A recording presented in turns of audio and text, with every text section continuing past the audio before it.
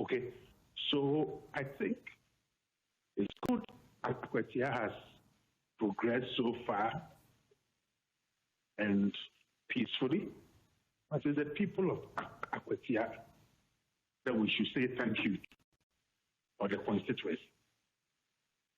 But it raises fundamental questions as to what drove us to think that Akwatia was so dangerous that we needed 5,500 men. And that heavy presence, whilst lives are being lost elsewhere, and the conflict indicators are very clear that small arms are all over the place. People are willing and prepared to use them and put lives and properties in danger. So, yes, we should beat our chest when the results are announced and people celebrate peacefully.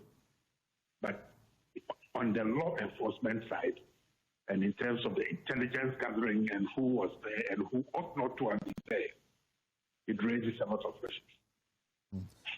But clearly, this is just one aspect of it. Now we are moving into the most important aspects of what the security arrangement should be. And this is, in the next 26 minutes, they will begin to close the pools and then begin sorting and counting. And then later we'll go to the collation center. The police says that they have some strategies in place to ensure that the counting and the collation will also be done in an atmosphere of order. They say that nobody is allowed without accreditation within 100 meters radius to the center. Now, security personnel who are following VVIPs, ministers of state, members of parliament, will have to leave behind their sidearm 100 meters to the collation centers. Are these what will make the process incident-free? Look, let me make something clear. Politics is about principles, values, and shared norms. If the politicians will not play by the rules of the game, there's nothing Mr. Yohonu and team dedicated, willing to fight and do.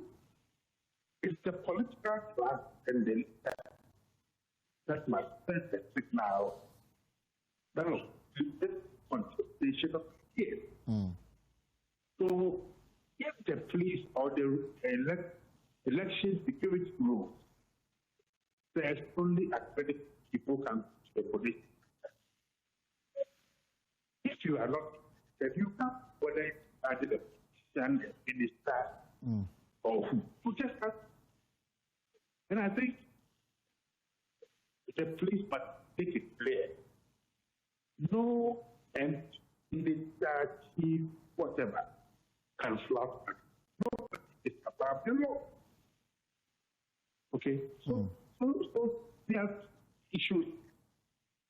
The constant application of the law was for all those past groups, and the political sending signals to their followers that they themselves are ready to follow their rules. I mean, look, what is the big deal here? The people have voted. It's gone peacefully. We are going to count. I mean, there will be lights and everything. Nobody knows who's going to steal the vote anyway. You know, so I think the political parties must begin a process of ensuring that their behavior is supportive of law enforcement and that they don't necessarily create undue problems that raises tensions, and they don't use words, you know, that brings about the misunderstanding and so we I think it's progressed satisfactorily so far. Let's use the next 2 hours or so to do the counting, declare the results, let's celebrate, and then let's go back to our normal life. Right. The IGP says that the military is on standby. Do we need them at all? Look, such utterances also don't help. And that is what I'm saying. What is it about Akwatia, one constituency, that needs the presence of national security, 5,500 police officers, armored personnel carriers, other logistics, the armed forces on standby. What about the people who are losing their lives in the Savannah region? What about the people in Soweto who are frightened? What about the people of Teshi who have lost lives in celebrating their, war? And there are other pockets of burning issues. What is it about Akwatia, and what does the threat assessment tell us? Okay, I think after all this, the Security and Intelligence Committee of Parliament and Defense and Interior must be asking some questions, because we cannot focus on one constituency while several pockets of this country are having problems. I think the IGP was up in the Savannah region a couple of days ago, right, talking to his men, encouraging them, gingering them. Okay, but a lot of these crises relates to the way that the security councils are working, the proactiveness of which they understand the early warning signals, so that the police service, together with the prevention, is more important than waiting for the crisis to explode. And then we are all running shelter-skelter, trying to demonstrate that we are doing something. I mean, is this... Yes, Prof. Please go on. Look, the manner in which early warning has failed us in the Savannah region, Teshi, Soweto, Nkwanta, and elsewhere in the last 4 weeks, and the way that we've read the signals in Akwatia, where nobody has died through violence. I think there was a motorcyclist who died out of excitement this morning. But what is it that says national security, 5,000 people, soldiers on standby to go to Akwatia? No, I mean, there is something wrong somewhere. So clearly, is it a case of misplaced priority? Because clearly what is happening in Akwatia will benefit the political class. The people in the Savannah region, those who suffered injuries and are mourning their loved ones at Soweto and Teshi, obviously left alone because, for want of a better word, the outcome of whatever is happening is not beneficial. But Akwatia is benefiting a political class. Yes, but what does it benefit the political class if in winning power and one seat, okay, there's a diversion of, security risk that makes that the act of the Ghanaian rate. You don't say. Okay, what is the so politics? If politics is not driven by value shared norms, whether to count the next of the risk we have placed and said, look, the two political parties must pay because they agreed and so we, because this is not part of the budget when it was paid, either sometime here or later. Okay, it's because political parties when they establish security. And there's, in the bill, the IT has to pay for this from his budget.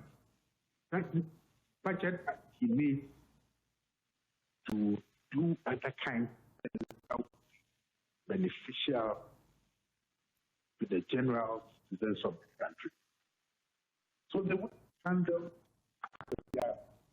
and make rational choice against other citizens whose lives are in danger. Raises those tactical and ethical questions that we need to discuss from tomorrow onwards. But I don't think this is the way that things must be done. To what extent can law enforcement make this heavy investment at every by-election where that constituency is perceived to be a hotspot. But, okay. but on the other side, right, okay. No, please go on. Yeah, so my final question, so I can let you go, is on the other side, doesn't this also demonstrate that the police administration, if they really want to work, they would achieve results in view of what has happened in Akwatia so far? But what it means is that this result will be achieved if there are no other pressing needs. Is Akwatia a bigger and a more dangerous threat to the stability and peace of Ghana than cases where 40 people have lost their lives? Is Akwatia a more dangerous state than what we have seen in Seoul, of losing their lives? But the answer of the point is because they are the political. But tactically, I mean, this is an oversaturation of law enforcement in one tiny corner of Ghana. Okay? Were we to be in another by-election in a considerably larger constituency, okay, how many men are we going to place there? 10,000? All right. And probably there are other outbreaks of conflict elsewhere. You know, so much as we have had a fairly successful run until now, it is the people of Akwatia, and not because they were afraid. They themselves decided that we will not continue to be a poster boy or a poster constituency for violence. Right. You would notice that most of the talk around violence did not come from the citizenry. No. It came from the leaders of the different political parties who were threatening each other. I've actually asked one of your colleagues to disaggregate the types of words and language used so that when we speak tomorrow morning, we can compare the levels of incitement and the threats that came from political parties and their leaders. Okay. And that is what I'm saying. That is not how politics must be done. All right, Prof. About principles and values. Prof. Aning, thank you very much. And of course, we'll have that discussion after this parliamentary by-election. We're going to take a very short break, and then with just I'm looking at the time, and it's 14 minutes for to close the polls. Some are rushing to cast their vote. The police is gearing up as they wear their protective gear ahead of sorting, counting, and declaration. When I return from this very short break, we'll take you live to Akwatia for the very latest ahead of the closing of polls. Stay put. This is your election headquarters.